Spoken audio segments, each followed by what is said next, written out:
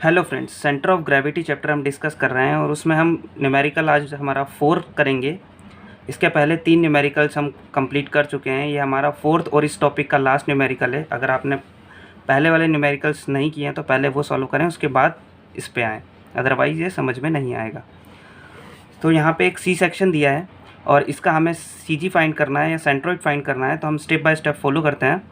सबसे पहला जो हमारा स्टेप है वो है find the reference of the section. तो हम इसका रेफरेंस सेक्शन फाइंड करते हैं। तो रेफरेंस सेक्शन कैसे फाइंड आउट करते हैं? तो left most axis, left most point यही वाला है, इससे एक एक्सिस ड्रॉ करेंगे जो कुछ ऐसी ड्रॉ होगी और नीचे तक जाएगी। और बॉटम मोस्ट एक्सिस, तो बॉटम मोस्ट पॉइंट मेरा ये वाला है, तो यहाँ से भी एक एक्सिस ड्रॉ कर देते हैं। तो ये जो इंटरसेक्शन पॉइंट है ये मुझे मेरा रेफरेंस पॉइंट मिल गया, जिसे मैं 0,0 बोलूँगा। क्या है ये मेरा रेफरेंस पॉइंट? ठीक है। नेक्स्ट थिंग जो हमें पता करनी है, जो स्टेप 2 है, वो क्या है? Check the symmetry of the section. अब सिमेट्री का मतलब ये है कि क्या मैं इस सी सेक्शन को ऐसे दो पार्ट्स में डिवाइड कर सकता हूँ कि इनका जो दोनों साइड का एरिया हो वो बराबर हो। तो मैं, ये मेरी वाई एक्सिस है, ये पेंसिल मेरी वाई एक्सिस को डिनोट कर रही है, तो मैं वाई एक्सिस के पैरेलल इसको डिवाइड करने की कोशिश करूँगा।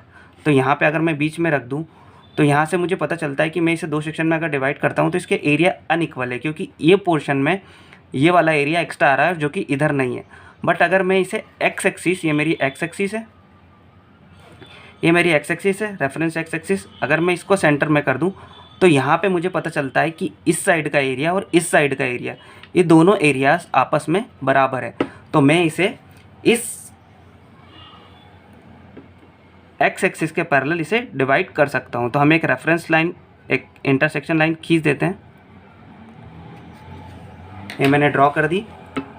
अब यहाँ पे इस पोर्शन का एरिया और इस पोर्शन का एरिया बराबर है, मतलब ये जो सी सेक्शन है ये एक्स एक्सिस के अलॉन्ग सिमेट्रिक है। एक्स एक्सिस के अलॉन्ग सिमेट्रिक है, इसका क्या मतलब है कि हमें वाई बार की वैल्यू निकालने की कोई ज़रूरत नहीं। वाई बार की वैल्यू हम डायरेक्टली फाइंड आउट कर सकते हैं। कैसे?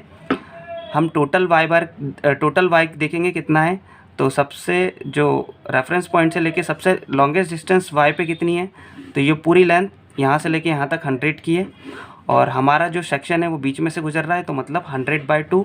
तो वाई बार की वैल्यू मुझे डायरेक्टली मिल जाएगी 100/2 मतलब 50 mm। तो वाई बार की वैल्यू निकालने की ज़रूरत नहीं पड़ी मुझे, लेकिन एक्स बार की वैल्यूज़ मुझे फाइंड आउट करनी पड़ेगी और फॉर्मूले से मुझे एक्स बार की वैल्यू को फाइंड करना पड़ेगा। तो थर्ड स्टेप पे आ जाते हैं हम।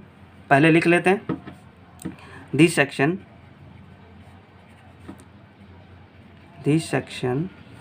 Is symmetric about x axis. हाँ, नेक्स्ट स्टेप में क्या करते हैं, हम इस फिगर को 3 सेक्शंस, 3 डिफरेंट पार्ट्स में डिवाइड करते हैं। तो पहला सेक्शन में इसे बोल रहा हूँ, इसे मैं 1 बोल रहा हूँ, इस सेक्शन को मैं 2 बोल रहा हूँ और इस सेक्शन को मैं 3 बोल रहा हूँ। अब मुझे एक्स बार अगर निकालना है तो मुझे A1 की वैल्यू चाहिए होगी, A2 की चाहिए होगी, A3 की चाहिए होगी और X1 की, X2 की और X3 की वैल्यू चाहिए होगी। तो 1 बाय 1 हम इन सारी वैल्यूज़ को फाइंड आउट करेंगे, देन इस फॉर्मूले में पुट करेंगे। तो सबसे पहले A1 की वैल्यू फाइंड करते हैं। A1 की वैल्यू कैसे फाइंड करेंगे? ए फिगर मेरा ये वाला है, इसकी लेंथ कितनी है? अगर ये पूरी 50 है और ये 15 है तो ये कितनी बची? 35।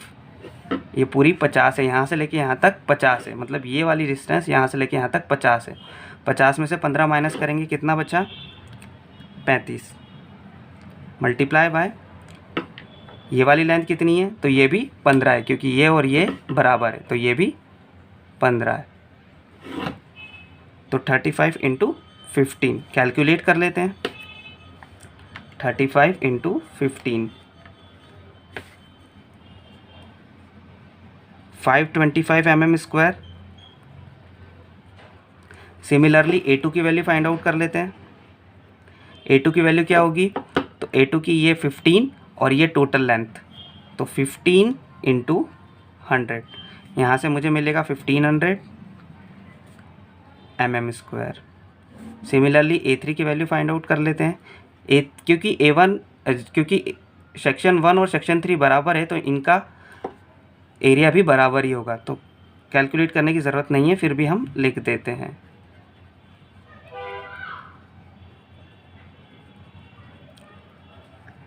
क्लियर? तीनों की वैल्यू फाइंड आउट करनी है। अब हम x1, x2, x3 की वैल्यू फाइंड आउट करते हैं। तो x1 की वैल्यू फाइंड आउट करेंगे हम। तो x1 वाला फिगर मेरा यहाँ से स्टार्ट हो रहा है, यहाँ तक जा रहा है। तो लेंथ कितनी है? ये है टोटल 50 थी, तो 50 में से ये वाली लेंथ की अभी हमें ज़रूरत नहीं है, तो हम ये वाली लेंथ की बात कर रहे हैं। तो ये 35 है, तो इसका सेंट्रोइड कहाँ होगा? 35/2 पे, मतलब 17.5 पे। लेकिन हम ये वाली लेंथ हमेशा रेफरेंस से लेते हैं, तो ये 15 mm हमें और ऐड करना होगा इसमें। तो 17.5 प्लस 15 mm, क्लियर? कितना हो जाएगा ये? 32.5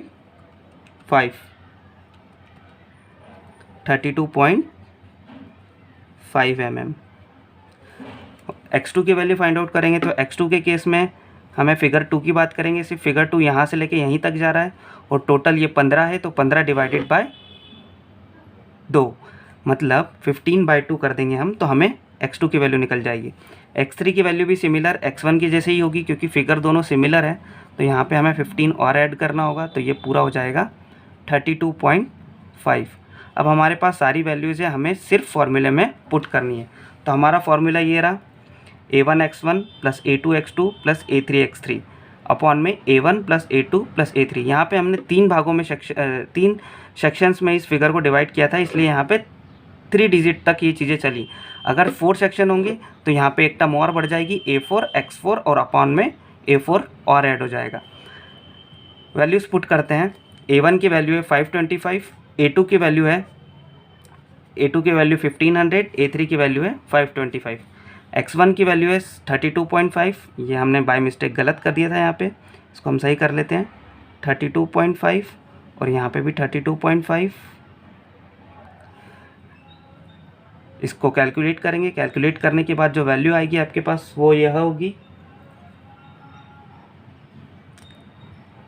17.8 के अराउंड ये वैल्यू आएगी। 17.8 के अराउंड ये वैल्यू आएगी जब आप इन चीज़ों को कैलकुलेट करेंगे। एक बार कैलकुलेट खुद से करना।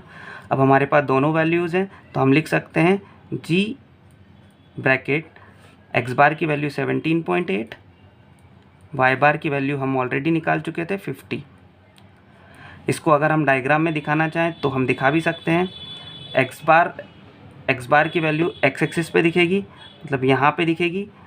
तो पहले हम y 50 डिवाइड कर दिए, y एक्सिस को 50 पे हम एक रेफरेंस लाइन खींच चुके हैं पहले ही, इसको हम मार्क कर लेते हैं 50। और x की बात करेंगे, इसी एक्सिस पे x की बात करेंगे। यहाँ से x कितना है? 17.8, तो ये मेरा 15 है, तो 15 के बाद 2.8 और बढ़ेगा, तो 2.8 लगभग यहाँ कहीं आएगा। तो यहाँ से हम एक रेफरेंस लाइन ड्रॉ करते हैं।